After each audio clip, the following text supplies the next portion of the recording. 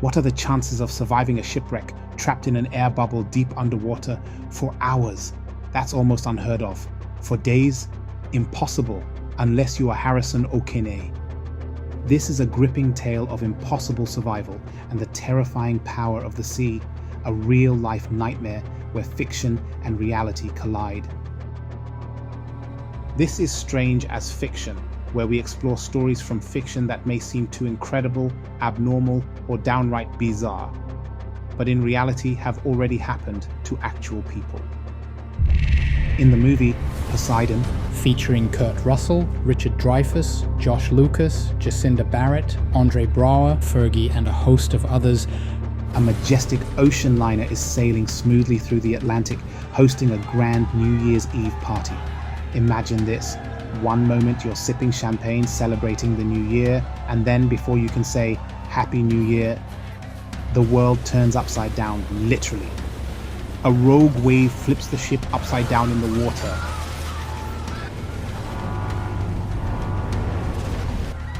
A group of surviving passengers are trapped in an air pocket in the Queen's room of the Poseidon. They hope that they can wait it out and be rescued before it's too late. On May 26, 2013, Harrison Okene and 11 other crew were on board the Jascon 4 tugboat off the coast of Nigeria at a Chevron platform. At 4:50 a.m., Harrison woke up to use the bathroom and prepare for the day. Some of the other crew members were already awake too. While he was sitting on the toilet, he heard one of the men yell out an emergency call, and then he felt the boat move violently under him. He was flung into the air, and the next thing he knew, the toilet on which he had been sitting was right above him. The Jascon 4 had flipped upside down. As water rushed in, Harrison forced open the metal door of the toilet into a now almost pitch black interior of the boat. There were 3 men in front of him, making their way to the hatch door and trying to open it. Suddenly, water rushed in at full force, and the 3 men were washed away in the deluge. With a gut-wrenching feeling, Harrison knew they were gone. Turning away from his only exit, Harrison was swept by the surging water into another toilet, adjoining a ship officer's cabin. He was in abject terror as he felt the overturned boat slowly sinking into the depths of the Atlantic.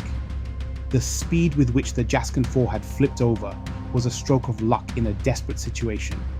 A 4-foot-high bubble of air had been trapped in the tiny toilet.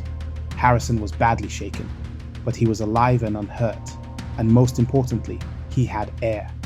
What he didn't know was that he would spend the next 2.5 days trapped in the abyss, hoping and praying to be found.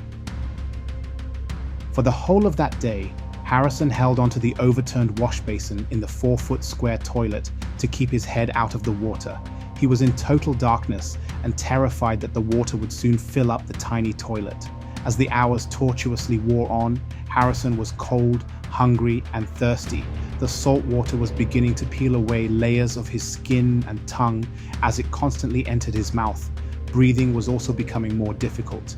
He had to do something, anything. Pulling on his last reserve of courage, he left the tiny toilet and swam in total darkness into the officer's bedroom. Luck rewarded his courage. In the room, he found a couple of solar lamps, and now he could see around him. But their light would not last for long, so he had to make the most of it. He stripped the padding off the wall panels and piled them on a floating wardrobe to use as a tiny raft to lift himself out of the freezing water. He decided to try and swim to the hatch door and try to make it out. He made a rope from the padding and secured it to a water dispenser, so he could use this to find his way back in the darkness. He would make about 10 trips back and forth to the hatch door until he got too tired to keep trying. He was too deep underwater. Trying to swim for it was out of the question. His only hope was to wait and be rescued. Then a dreadful thought gripped him. If the rescue team thought everyone was dead down here, they may not be in a hurry to send down divers. He said another prayer and hoped, but also gradually accepted the possibility that this could be the end. Again, his prayers were answered when he searched one of the drawers in the lockers in the cabin. He would probably have passed out from thirst and exhaustion, but he found a can of sardines and a bottle of Coke in the locker. These would give him the strength he needed to keep holding on. Adding to his sense of dread were the bodies of some of his friends floating around him. He could not see them in the darkness, but he felt them when he swam around. He could also smell them, and worst of all, he could hear the fishes feeding on them. It was absolute horror. At this point, all Harrison could do was wait, hope, and pray to be found. Then in the afternoon of May 28th, divers, sent by Chevron and the ship's owners, broke into the ship. Harrison saw a light from a headlight of a diver swimming along the passageway past the room where he was. Harrison could barely believe his luck. He tried to call out, but the diver was gone before he could make a sound. Harrison swam after him, following the light, and tapped him from behind. The diver was startled and turned around to see a miracle. There was a survivor in the Jaskin 4. The divers had come to search for bodies, not survivors. All right. At 7:32 p.m., more than 60 hours after the ship sank, Harrison was brought to the surface fitted with an oxygen mask, diver's suit and helmet. Of the 12 people on board, divers recovered 10 bodies, but one crew member was never found. Harrison would spend another 60 hours in a decompression chamber to return his body pressure to normal. He would describe his survival as a miracle from God. For a long time after his near-death ordeal, Harrison would wake up, terrified from horrible nightmares, that he was still trapped and sinking into the dark, scary depths. Years later, Harrison would return to the sea as a certified deep-sea diver, even working for the very same company that saved his life.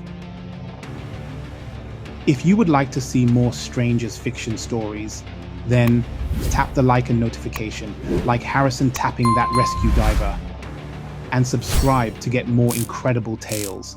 Until next time, remember, reality is sometimes just as terrifying as fiction. Now, we're not sure exactly what happened here, but our best guess is that we were struck by what is known as a rogue wave. We will be safe.